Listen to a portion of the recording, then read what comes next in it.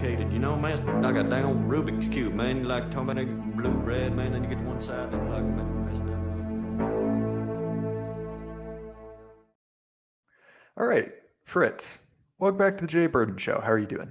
Good. It's I'm glad to be back. I think it's been a while. Been too long. Yeah, definitely. It's always the curse of this show is that I sort of have fits and starts of productivity. And so sitting next to me, I have a schedule with the next 4 weeks scheduled out. And what will invariably happen is 4 weeks will go by and I will completely forget to schedule new episodes, then be surprised and forced to scramble, make another 6-week schedule. And so if I do that a couple times, it's pretty easy to look back at the time and be like, oh wait, like it's been 6 or 8 months since I've talked to someone. And so I'm glad to have you back on, man. Yeah. I think I requested it after I saw you on with my friend Argent Templar, who I think we're both big fans of. Yeah, I really like Argent's work. I'm glad that he was on there because he has a decent sized audience and he does good work, but he's not really connected to other people. And so I wanted to kind of I wanted to show him to people outside of his audience because I hadn't seen a lot of crossover. Yeah, like I had only kind of heard whispers of him from like Dave the Distributist like years and years ago. He's like, oh well, he makes videos, but maybe or not. But yeah, no, I'm glad to be back on. And as we were kind of talking a little beforehand, like you've been kind of burnt out on a lot more serious stuff, so we can have a bit more of a laid back conversation. Like I've just got some pastel Alfredo and a glass of red wine, so we can hang out. Oh, definitely, man. I'm always up for that. So yeah, I'm curious. I know you said you had a few things that you wanted to address. I mean, more explicitly. So is there anything kind of on your mind? Well, it was funny, just at least on the political side, if we can get a little bit of the hard stuff out of the way, is that because in the news recently has been just kind of the split and some of a good number of people on the right, not just in our dissident sphere, but somewhat more on the mainstream, most famously like Candace Owens, Jack Posobiec, I just think is like the conservative weather vane, where he will just go wherever the narrative really seems to be pointing to. If it was going more towards, early on in the Ukraine war, he was all for Ukraine. Now he's all obviously America first. And now he's speaking out, being more skeptical of Israel. But what was funny is I was listening to your podcast or your stream with Prudentialist earlier today, and I kid you not, right as you were talking about like Candace Owens versus Ben Shapiro, an ad for the Daily Wire happened right in the middle while I was listening. But I will say it is a absolute miracle that I am still monetized because I don't really censor anything. And I think that I just do a good enough job not titling or like putting anything in writing that sounds bad. But every once in a while I'll get someone being like, why do you have so many ads? And I'm like, one, I don't choose those. And two, it's like, I don't know how much longer this is going for. So I figure, you know what, I'll keep it rolling while it still works. But sorry, carry on. Yeah, no, it's good. I made some money off of YouTube, just enough that it makes a difference, but not enough that the government knows about it yet. So yeah, exactly. Like it basically, like I used to like kind of shill having a Patreon, but the moment that got to the point where I broke even, it's like whatever. Anything extra is fun and nice, but it's basically just a hobby. I mean, I'm thinking of switching over to just doing streaming. I might just switch over to Twitch, kind of start fresh, because I'd rather just do game stuff. And like I really don't like making the edited videos anymore. Even though I have ideas, I feel like I like being more natural, being able to just kind of speak my mind without a script. And it's easier anyway. So it also seems like if you pander to the algorithm, you sort of lose your mind.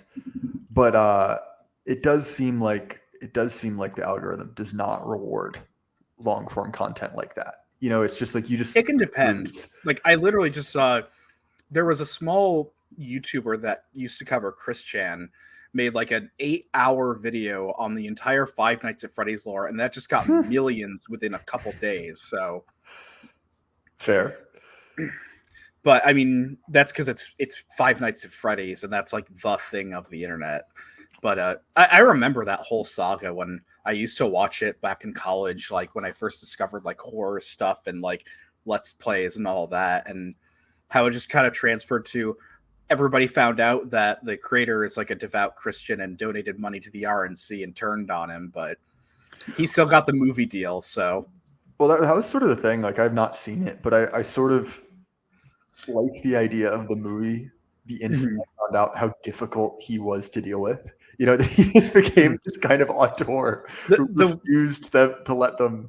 It shows through. Sorry, it shows through in the movie. Like there was effort put in, and it's just like the problem is that if you're not a fan or if you're not aware of the lore of the series, it really won't make much sense. Which is why I think a lot of the critical reviews are so low, because like it's not a conventional horror movie, and there's just so much weird stuff in it that like only makes sense if you know kind of Scott Cawthon's style. And also they got like the Jim Henson company to make all the animatronics, and it makes it look really good, almost too good. But yeah, speaking of movies, I've my heart's been broken the past couple of days of like the stuff coming out about the Napoleon film, because I was actually really looking forward to it, but like, and my dad wants to see it with me, and am I gonna have to like begrudgingly say to my dad, well, no, that's not accurate, no, that didn't happen, well, this isn't really how Napoleon acted. But well, it honestly, like, it adds to the whole theory of essentially like theater kid occupied government, right? That essentially so many things just kind of come downstream from theater kids, essentially getting mad that they weren't popular in high school. And I think that the attitude of, the great man is secretly just this like creepy incel, with a revenge fantasy, is one, a little bit of projection, and two, just this idea that like no one can be in any way good or noble or interesting. And I'm not the biggest Napoleon fan on like an individual moral level, right? But it's also like, that's such a pathetic, narrow-minded way to talk about history. Like, I think Hegel even I don't know if he was describing Napoleon himself, but it's like, that's the spirit of the world on horseback right there. Like, you cannot deny, like him or not, like, obviously somebody that was more of a fan of the Ancien regime, like, there's no denying he really helps kind of prove the great men of history. And he also kind of embodies really the last of the general kings, where, barring a few Prussian kings and nobility in the 19th century, Napoleon was really the last of the kind of, you are both the king and the warrior. No, definitely. And it's also like to reduce a man of that stature, right, who completely changed the course of history, to, well, what was his dating life like? What was his life with his wife like? It's like, well, I mean, that's at best of kind of niche importance. Mm-hmm. It's like trying to emphasize, like, what was Frederick the Great's marriage life like? And it's like, okay, yeah, we know he was gay. Who cares? He was still a brilliant general. Yeah, exactly. And it just kind of... What was Aragorn's tax policy? Well, exactly. And it's this kind of like narrowing of horizons that makes it impossible to have any interesting art whatsoever. Mm. And it's kind of generally why I'm trying to think the last movie I watched. And honestly, I think the last movie I watched in theaters was Avatar. And I was, to put it mildly, the new one, right? Yes, I was quite intoxicated when I watched it. And so that's something I realized, is that my local movie theater serves alcohol now. I'm like, wow. That is a blessing. That's really. Because are they doing it now? Now I'm thinking, are they doing it because they know the movies are so terrible, it's the only way people can get through them? Okay, so do you have the...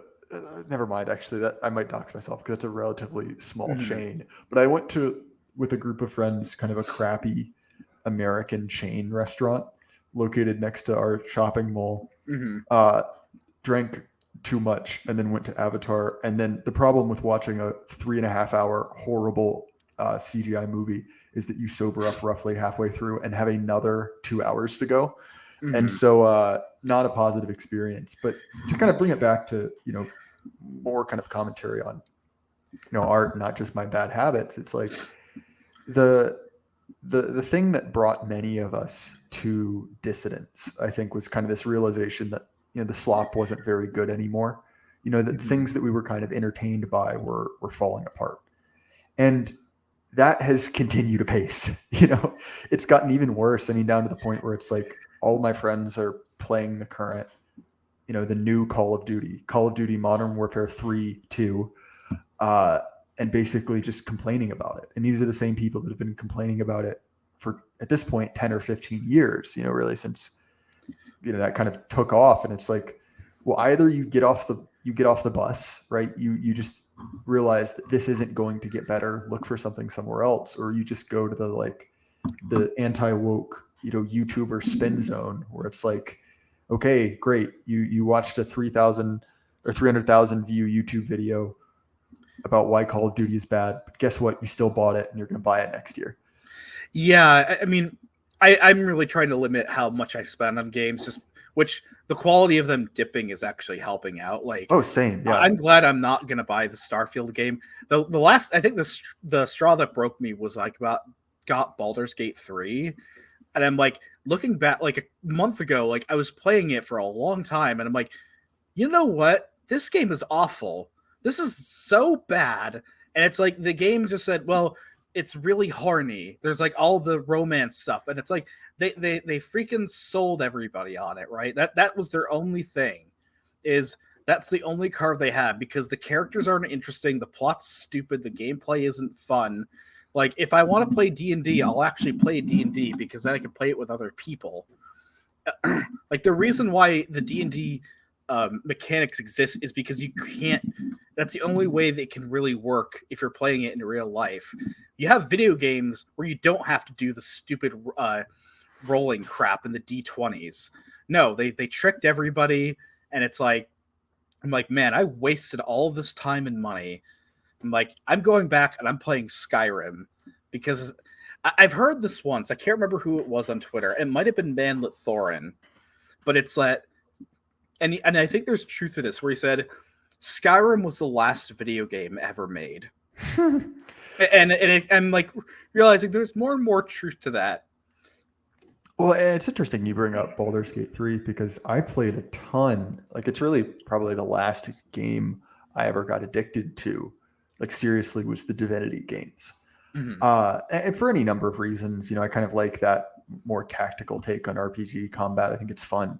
But and we kind of had a run-in on Twitter about this. Like, I could not get into Baldur's Gate. And I don't really follow the gaming industry, so I wasn't really aware of the controversy surrounding it. I don't interact with that kind of stuff. Mm-hmm. But I just did not enjoy it at all. And I think that there's something, and I was talking to a guy in my Telegram about this, where it's like, in mainstreaming, nerd culture became way less interesting because all of and obviously crunch has sort of a bad reputation. There are certainly games that have too much crunch. So for those who aren't nerds, crunch is like the math, the rules behind the game. But the problem is without it, and as someone who's played a couple D&D campaigns with like theater kid types, not for long, like 1 or 2 games max, it just becomes insufferable. It basically just becomes like Tumblr Mad Libs, where it becomes all about like people wanting to start relationships. And it's just very, very different from the thing it was. It's why, like, I was listening to like a very small YouTube channel that like they did like a little D&D podcast, and they had episodes kind of on how to be a DM and dealing with people. And they made a really good point that the people who really like Dungeons and Dragons are the last people you want playing it. You want, because, if you want the role playing to go well, you want people with some form of social skills. So it's better to get some like normies who, are a little open-minded to it and can actually understand social cues and like not be creepy Greg, because we all know who creepy Greg is.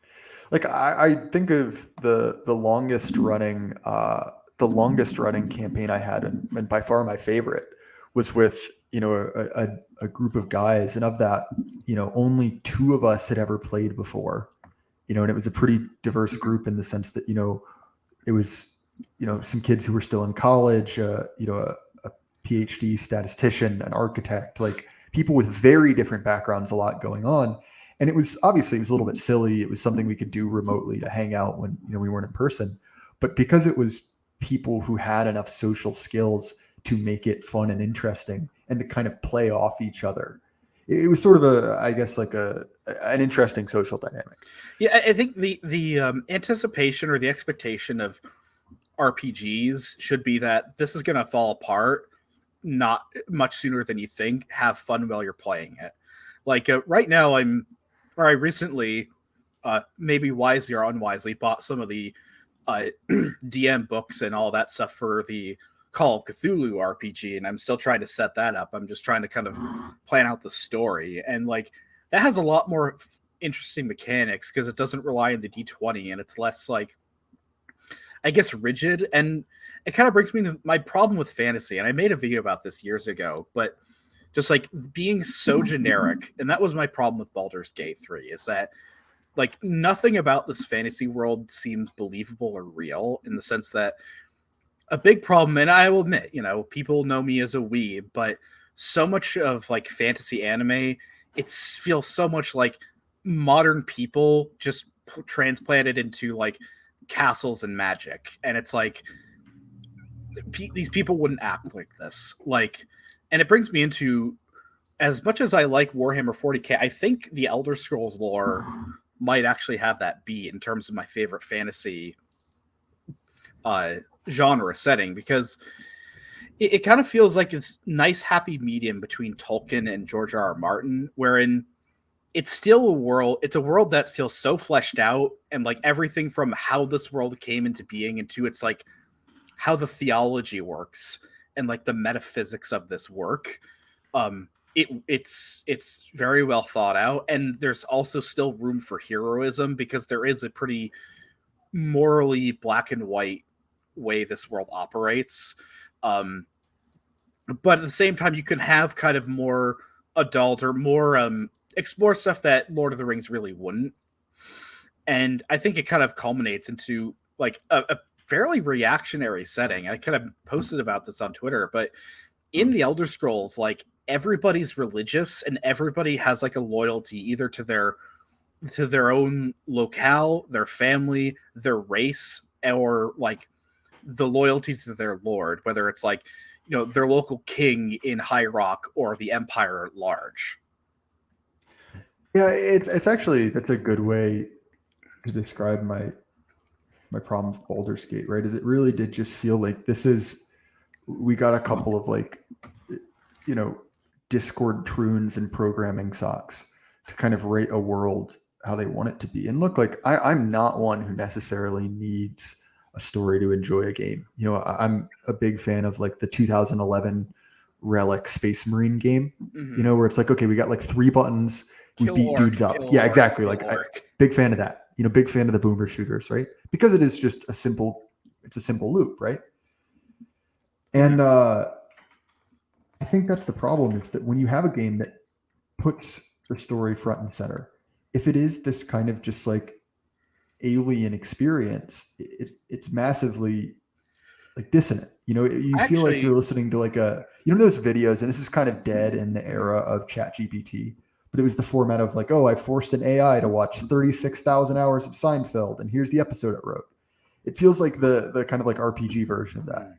I would actually say, I wouldn't say it's alien. I think it being alien kind of helps something like the Elder Scrolls. Like, if you know who Seth Zintach is, the guy, the Hey people, that game reviewer, he has like a review of Morrowind, which is like has some of the best like lines I've heard, where he's like, this is the best representation of an alien world because everything presented is so genuine that you're able to accept it. That there isn't like this tongue-in-cheek, like wink wink, this isn't like, you know, this is our modern writers kind of breaking through. It's very genuine, as opposed to something like, you know, even above Warhammer, where you know this is supposed to be, or at least originally intended to be, satire, or Baldur's Gate, where this is just, we want this kind of flavoring of a medieval world, but we still want everyone to act like a modern progressive. Well, right. It's it's sort of that same kind of lack of vision we were talking about, earlier with the social progressives, where it is something where it's like, you can't take yourself out of out of a reality in which, you and your ideas are completely culturally dominant. It's actually a big part of the reason that I like Gene Wolfe so much in his Book of the New Sun, right? Where it is it's technically fantasy, technically sci-fi. It sort of bends genres. It's basically surrealist fiction. But essentially it is a world, it is a completely aliberal world, right? It does not map onto those values. And it's because of that. I guess when I said alien, I meant more of like a Martian, like someone who does not understand humanity in any way, less of a different set of kind of cultural values. Because I agree that is something interesting. Yeah. David, they are like Alex Jones might put, like they are like aliens. They are not freaking human. But no, like with the Elder Scrolls, again, I'll point this out because I'm familiar with it. Like I need Gene Wolfe's on my very, very long list of stuff to read. But like again, in the Elder Scrolls world, just pointing it out, there are no democracies. Like this is a world that seems to be perpetually in kind of the dark, like the late antiquity to the early Middle Ages, wherein there's always kingdoms and empires, and like the concept of like a liberal democracy or an ideology, the way we know it, is just completely unimaginable. Like the only race in the Elder Scrolls that, like their version of the dwarves, the Dwemer, which is like the deep elves, they were a fully secular and like materialistic and technologically advanced culture to the point where they had like steam-powered robots and everything. And they're the one race that was completely wiped out or disappeared from the entire plane of existence. And they also left behind the fact that they enslaved and like mutilated an entire race of elves. And that's your progressive atheistic faction in the Elder Scrolls. It's not like if people are familiar with Fallout New Vegas, like a big draw to it is that you could kind of basically choose what political dominant or what political ideology you want to rule. Like, do you want the new California Republic, which is like a retreading of American liberalism, or do you want like Caesar's Legion, which is this embodiment of like right-wing authoritarianism? In the Elder Scrolls, like you don't even have that option because liberalism just doesn't exist. And you're kind of, if you want to role play or get into the world more, it's you have to put yourself in those shoes where what's important to you is your faith in the divines, your family, and your race. Yeah, it's something where it's like it is alien only because we are kind of in very different waters from the vast majority of humanity. Mm-hmm. That it is sort of that, and that's why I think that kind of like Dead World fantasy or something like 40K that kind of blends the future and the past is so interesting. Mm-hmm. Because there is this sense to which we're in kind of this like run on the historical stock market. Where obviously empires fall, civilizations rise and fall. If you have any experience with the Old Testament, let alone kind of the classical tradition, you'll see that. But very, very rarely I don't even want to say that. I don't know if I've seen a civilization that seems to hate itself and hate its kind of like organizing principles as much as ours does. Mm-hmm. Which is, again, very ironic considering that the organizing principles of the West for the past 200, 300 years have been, at least in some aspects, liberalism. And it's kind of eating itself at this point. Oh, definitely. And I mean, I know that you're kind of, you've been around the more, monarchist kind of NRX sphere long before I have. But I guess that's kind of one of the things you have to give those thinkers credit for, is that they saw this when it still seemed to be powerful. Like now, looking around and saying like, oh, the West has fallen is, it's so trite that it's a meme, mm-hmm. But it's interesting to find the thinkers who essentially put their finger in the wind 10, 15 years ago. I mean, in the case of Uncle Ted, from behind the walls of Supermax and saw this coming. Mm-hmm. Not just to say, yeah, I have watched the Wendigoon video on Uncle Ted, and people do give him a bit more credit than was probably due to him if you actually look at the manifesto. But you have people that were able to point out these problems of modernity, and I think it's just, to me, it feels in a way you could almost see it's like a horror movie or like a nightmare where you start realizing that throughout history, not just Western history, but the history of humanity, and you look at today and you're just like, something is so fundamentally wrong, but people don't seem to get it. Like the fact that you have countries that cannot, like, that liberal societies can't reproduce themselves biologically is literally death sentence for them, and should be a death sentence for them just as a matter of course in terms of debating philosophy or like the ideology, right? It's like you see on Twitter, somebody will point out, oh, look, these Nordic countries are like the happiest in the world and have like the highest GDP. But it's like, yeah, but if it wasn't for mass immigration, these countries are literally dying because people aren't having children.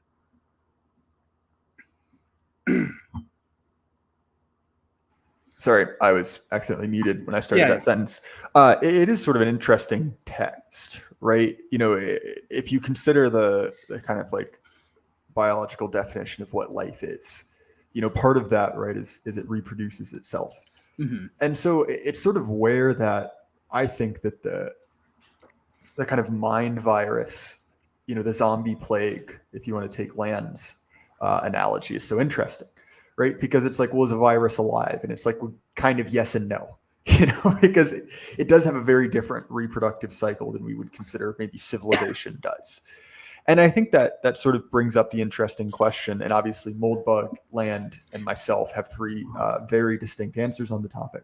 But, you know, is this virus, like, has our civilization itself become a virus in the sense that like what once was, you know, a healthy, and I'm realizing this analogy is getting more and more strained, but, you know, has our civilization essentially become this thing? Like, will we have to tear it down to build something new? Or is this kind of something exogenous that can be scraped off? I don't know. It's an open question. The way I think about it is more that the cordyceps virus, or that fungal infestation that can happen to ants, where the fungus will implant itself into the ant and kind of grow within it and eventually take control of its brain, and will basically march it to an area to its death, its grave, and it'll be in a better place for then the fungus to kind of grow and be able to spread spores. And I feel like it's an analogy I like to use for our civilization, is that with the caveat that the fungus was something that we kind of made ourselves if we're the ant. But at this point, like, the ant is kind of marching, and you can almost see like the other ants are like the other civilizations, like Middle East, Africa, Asia, that are kind of rightly, I think, marching away from an ant they see as very clearly diseased. And like, you think about it from, say, the perspective of anybody in China or sub-Saharan Africa or the Middle East, and it's just like what is the West offering us is, you know, gay marriage, abortions, and just complete and total demographic collapse. And you wonder why they just run from it. Well, and it's sort of the, I guess, you know, the advantage of the time we live in, right? Because on one hand, you could say, well, you know, I would have rather lived in a time where the wheels were still on the bus, right? You know, that essentially liberalism may have been alive, but it was kind of working. But there's sort of an advantage to living in the era where the makeup's kind of come off. Mm-hmm. You know, that it's not like people who share your demographic information really have a clear path. You know, there's, as I said in the stream with Brood, right, there's no kind of progressive moral vision for you and I to take. And so on one hand, it's like, well, I feel like I should have a place in society. You know, I feel like I should have a way to, you know, accrue kind of traditional social respect. Mm-hmm. It's like I don't like this movie at all, but it is kind of a line I like to take from Independence Day, where they capture the alien and they just like, you know, they try and interrogate, and they're like, is there any way we can have peace? And it's like, no peace. Like, what do we want? What do you want us to do? Die. And that's essentially what the progressive vision of the world is asking of us, especially, you know, Western Christian men. Like, there is no place for us. And it's increasingly, as I think you talk with prudentialists within the military, right, at some point that military class of young, it's why when the Robert E. Lee statue was melted down, and like they very purposefully like showed its face melting last, like this is the people that are asking you to go and die overseas, literally shoving this in your face and saying, we hate your ancestry and we hate you, now die for us. It's almost kind of like, I want to look more into it, but it's like how in like traditional Chinese society, soldiers were one of the lowest classes of society, as opposed to in the West where you had like a knightly warrior class. Yeah, it's something that I don't know. I do think about a lot, and it's sort of that there is a sense which, you know, the progressives saying, you know, that everything, the personal is political, you know, everything is politicized, is kind of partially true. But, you know, if you've read your Demaster, you'll know that isn't, while that is technically the case, the idea is that society is unified enough that is all sort of downstream. You know, there is not that much up for contention. You know, whereas now, right, we've sort of opened up every part of the social order to be politicized. There is contention. There is a decision to be made. You know, someone can rule when it comes to what is a man, what is a woman, you know, what is an appropriate parental relationship, right? All of those have become politicized in a sense. Even though when they say, like, I feel like that's the kind of lie that the progressives, or that the, you know, cathedral plays, right? Is that, like, when all the Confederate statue stuff was happening, we need a national conversation about this. We have to have a conversation on race. These people never intended to have a conversation. It was always a drumming down lecture on white Americans. Well, definitely. And you mentioned, I think part of it is, you know, that so many identities have become politicized in a way, and because of sort of the I guess, I don't know how you'd say this, but like because of that mechanism of, you know, very personal things becoming politicized, is that certain identities, man, woman, white, black, have become more than just the strict demographic data. You know, so for instance, right, I was talking with my wife about this, that woman is a political identity, you know, in the sense that you're not a real woman unless you're a client of Blue America. In the same way, and I'm no fan of Kanye, but in the same way that Joe Biden is kind of right. You know, you ain't black if you don't vote for him. And I don't mean that in the literal sense, that's absurd, but in the kind of like capital B media driven sense, you know, to be part of that political identity is to be a client. And just by virtue of the coalition, you know, clienthood is not offered to you and I. I mean, maybe if we kind of changed our wardrobe and maybe got some elective surgery, we'd be up for it. But even then, that kind of door is closing. And I think that one of the things that we're watching happening is that kind of rainbow coalition that shot Obama to the stratosphere, right, is sort of becoming more and more difficult to keep together. It's going to become a lot harder once the millennial women start hitting their 40s. Because when the lies really start, either you're going to get a lot of them that drop off, or you are going to get a lot more of them of the shrieking activist class. Oh, it's going to be that. You know, it's going to be that. We're going to have like, and it's very sad, right? They were sold that you're going to be a high-powered executive, and you know, it's like if you were familiar with The Office, like they kind of were a bit prophetic with the character of Jan, who, in the context of The Office, was the main character Michael Scott's boss. So the manager's manager from like the corporate, like she's like the high-powered, kind of always well-dressed, you know, female superior. But like her life just kind of spirals into a complete train wreck because she's basically wasted her whole life doing this. And when her career turns on her, her life falls apart. And it ends with like her getting like a sperm donation so she can have a child because, you know, she's like at the end of her ability to have children. And she's just like, I'm just going to devote my whole self to this because I wasn't able to before. And it's like, you're going to have that repeated millions of times, and it's not going to be pretty. No, definitely. And I think it's sort of the the kind of like one of the main questions of kind of like the current regime is, well, what can it do with that demographic? Because essentially the bill of goods it's been offering them is essentially like, well, you can replace your obligations to a family, that instinct, with your kind of political ones. And okay, that maybe that might work. I mean, technically, it's obviously not, I guess, like making good and nice people. Like, it's not a very good way to live. But I think that the question is like, is that even like a semi-functional way to run a society? And and I think that, go ahead.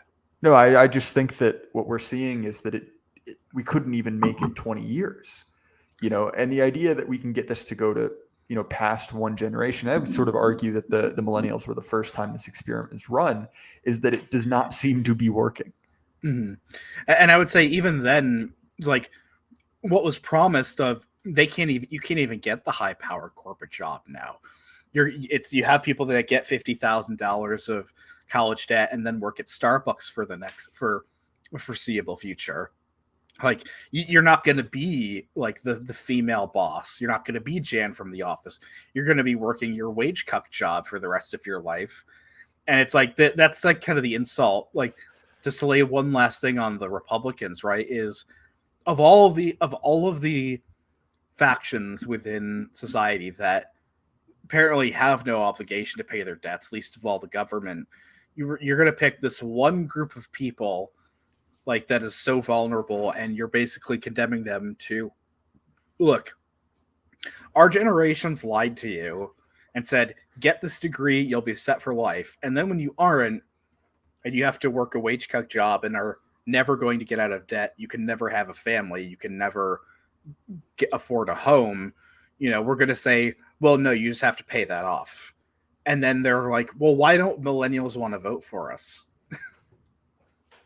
Well, right. And I think that when I look at kind of the kind of big picture trend there, it's, can they continue to blame the wreckers, quote unquote, right? Because if you're familiar with Soviet history, that there was a period where things were going badly, basically due to... Isn't that the entirety of the period? No, but as soon as I said that, I realized, that's redundant. But I believe it was relatively early, where essentially anytime something would go wrong, well, it was the fault.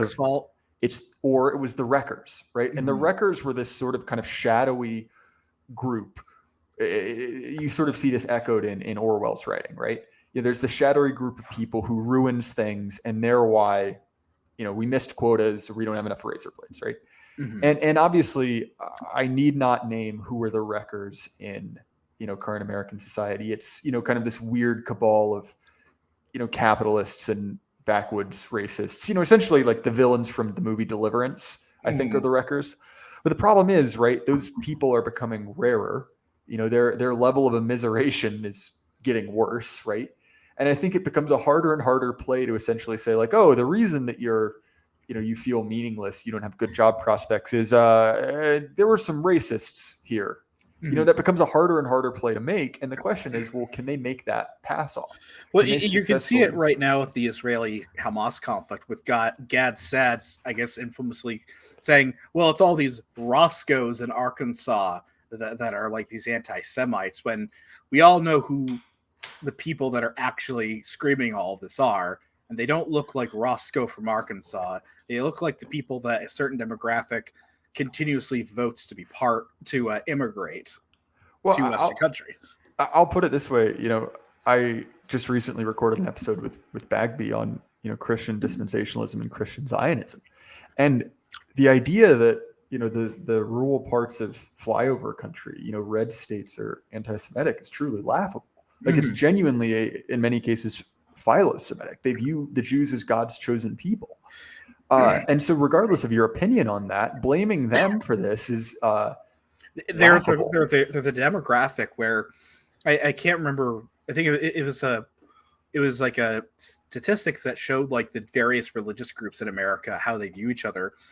Evangelicals had among the highest favorability viewed Jews among the most favorable. Jews viewed evangelicals among the least favorable. And it's like, the only way I think you could get this sold is by having the kind of Messianic Judaism, like the only way we can get the rapture to happen, which isn't even in the Bible, to happen is if we like support the current state of Israel, no matter what. Well, that's actually something kind of interesting. That and I don't want to punch, because I genuinely do view it as punching down for any number of reasons. But one of the things that always kind of bothered me about like hardcore biblical literalists in that way, right, is that they're like, well, if it's not in the Bible, it's not true. If I can't literally find the truth, they're like the actual like text of this written in it. But these same people believe in the rapture. These same people believe in any number of things that are essentially cultural values. And I'm not, look, don't get me wrong, I'm not anti-cultural value. I'm not anti a tradition outside of the literal words of Scripture. That's not my point. But it's sort of one of those things where you can't have your cake and eat it too. Like if you have a doctrine that's not literally expressed in Scripture, like, okay, like that's been done before, like let's hear it out. But if you kind of out of one side of your mouth profess that and out of the other say that that's heresy, it's part of the reason I hate talking about theology. I mean, I have my own, I had my feet in both camp because I was an evangelical for many years. And now I'm Catholic, and it's just like, I love evangelicals. Like my parents are evangelicals, and they're some of the most faithful people to at least the basics of the gospel. But I just feel like when you start picking away at the actual theology, things start kind of falling apart. But again, what really just disturbs me is the just zealousness about like Israel, of like, okay, we're supposed to, go forth and like baptize people and convert people to Christianity. But apparently like this one group of people who are by definition people who, okay, we can believe in the same roots of the Abrahamic God, but our difference is that they, reject Jesus.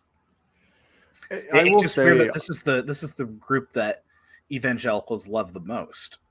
I will say there are very few things that make me morally outraged when it comes to like internet politics stuff, and I try to do that deliberately.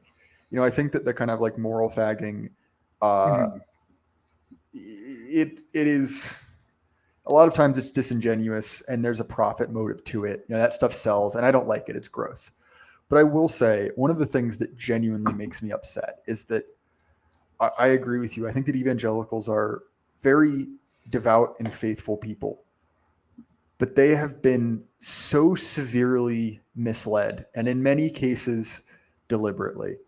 And I'll put it this way. Christ had quite harsh words for those who deliberately deceive others when it comes to matters of faith. And I am not advocating something that my Lord did not. I'll leave it there. But I will also say Glenn Beck is one of those people that makes me quite upset. I'll put it. I'll leave it there. And I speak as somebody who, as a dumb teenager, was kind of a fan of his. But I listened to a lot of him on like conservative talk radio.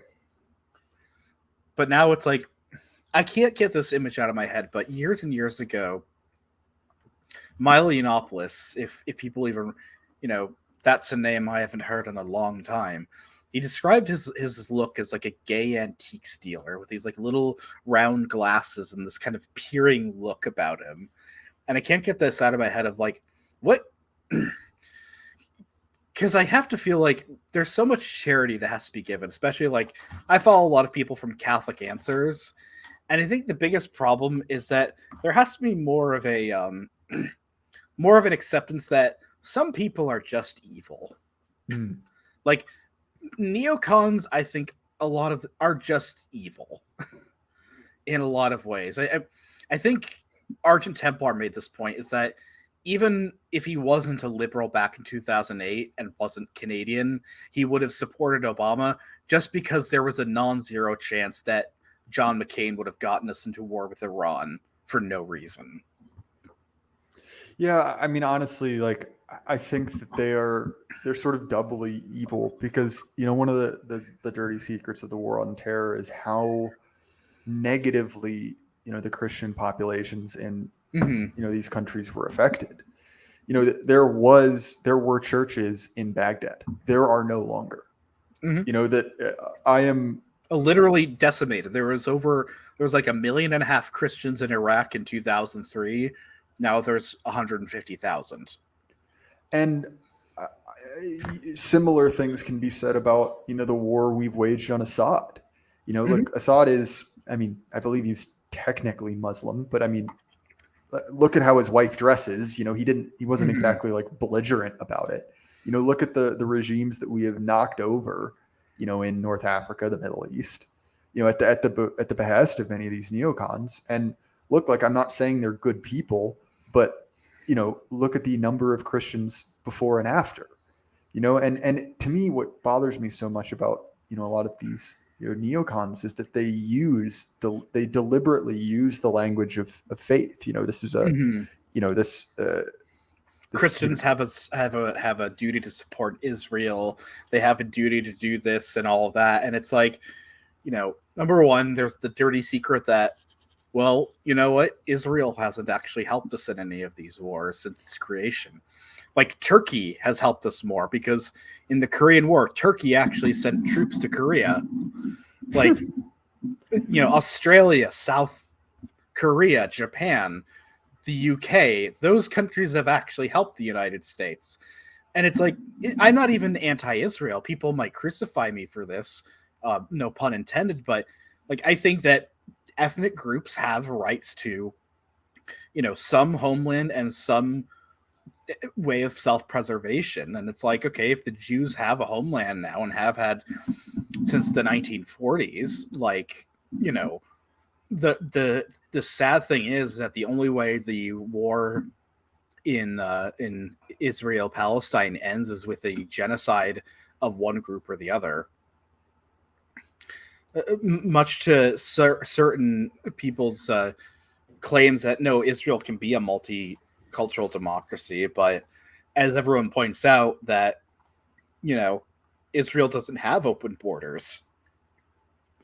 Well, and I think that really there's a part of it that's like, I'm not the kind of person who generally cares about geopolitics. At heart, I'm a localist. At heart, I'm whatever. I'm a know nothing. I'm the American equivalent of a little Englander. And so I genuinely resent these people for making it my problem. And I sort of resent the fact that, my tax dollars, that if things go especially poorly, my body will essentially be used to, further the continuance of the people who I for one absolutely love seeing the hard-earned tax money that I pay blown up by Russian tanks on a daily basis. That's a whole nother one. Like, look, like, I don't like Ukraine as a country particularly. I didn't really have opinions on it before, Zelensky was parading around, but it's also like, I can both not particularly like your country and think that it is a bad thing when what effectively 2.5 generations of men have been turned to hamburger meat. And for what? For what? Literally for what? Like, what have we got out of this? The most disgusting thing is the Lindsey Graham sentiment of, well, we're making the Ukrainians fight so we don't have to. So it's like, you're sending young men to a meat grinder in a war that they cannot win, so you don't have to foot the bill. Like, you are evil. You are just genuinely just despicable. Well, there's another part of it that it's like, look, like, I'm not convinced, but you could make the argument, that Russia is a significant rival of ours. But the fact that, the fact that our countries are at kind of, loggerheads does not necessarily mean that I want as many of your people as possible to die.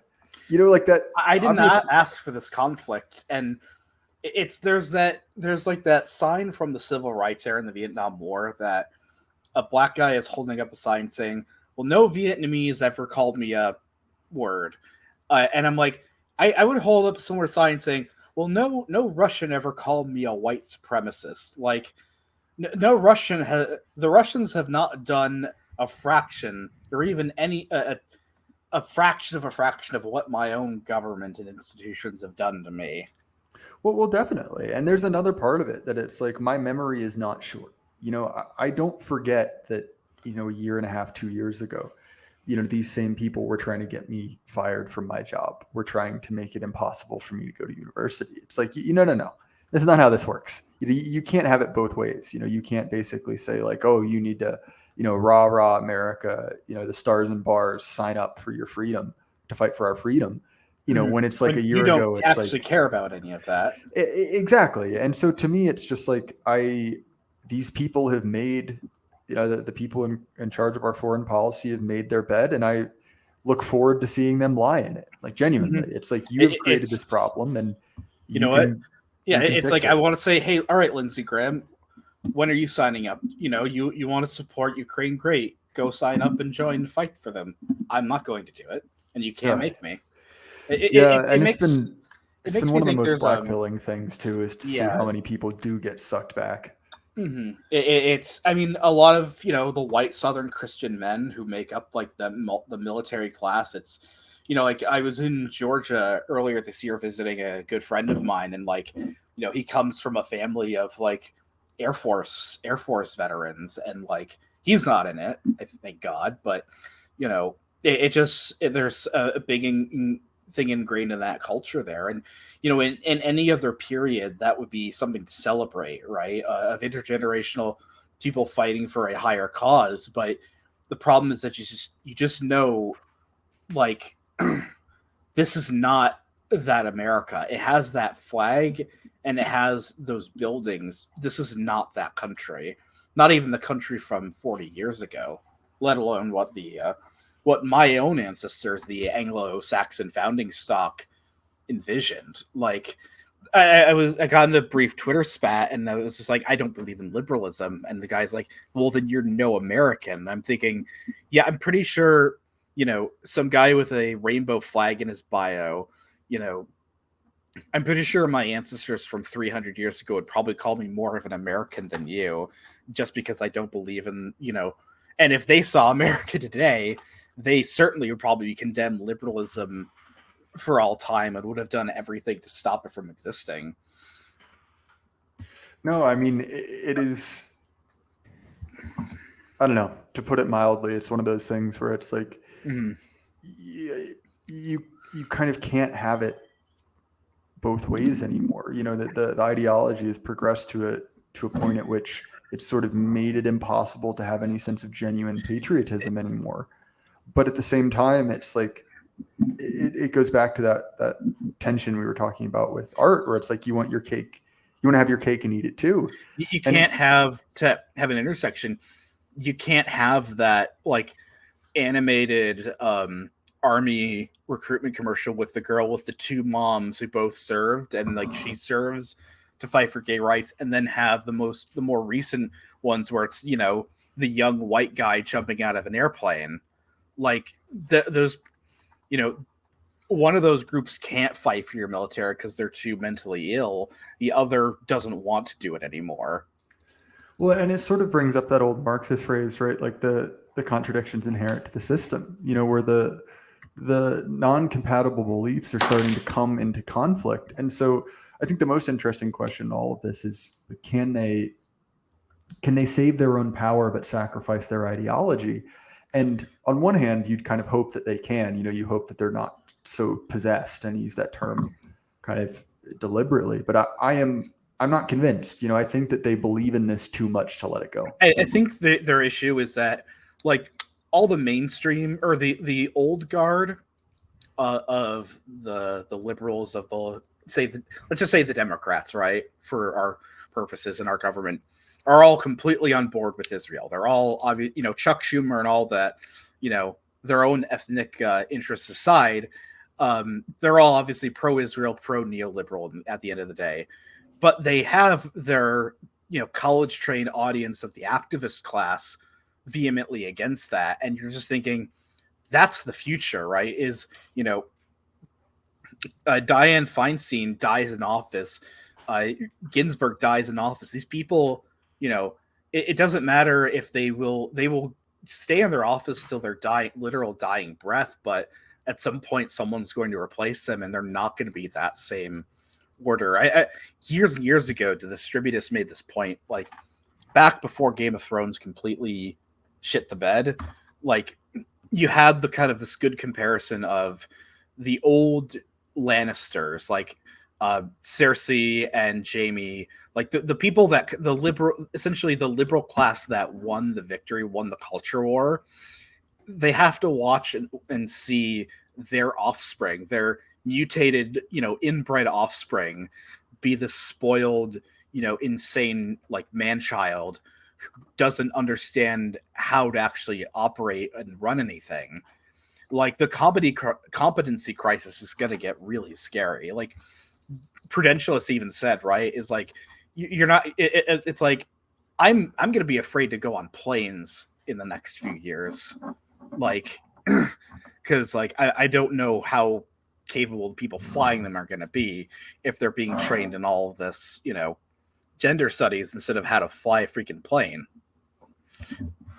No, I mean, that's definitely true. And I think that in all of this, it's, again, there's sort of a part where it's like, well, this is my society. I wish that the social fabric wasn't, fraying, but it's also like, there's a part of it where it's like, you got exactly what you wanted. Isn't it grand? Like you did this to yourself. And I mean, maybe it's a little bit dark to say, but it's kind of like, well, you know what?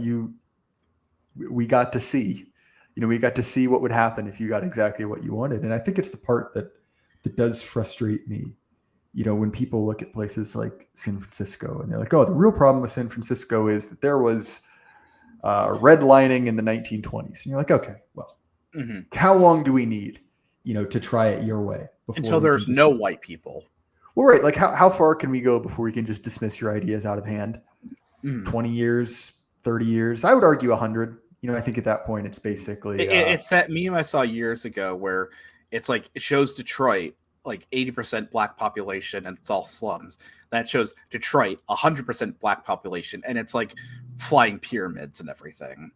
And this is, and it's a joke, but this is what a lot of these people believe. It's, I think, at the end of the day, in a lot of these ways, right? Is that just once there is no, to go back to like what's the Enlightenment thought, right?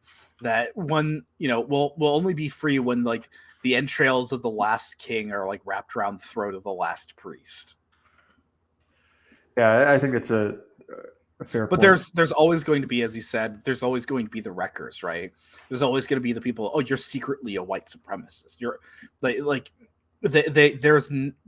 they have to, they're so into the ideology, there can't be any chance for self-reflection.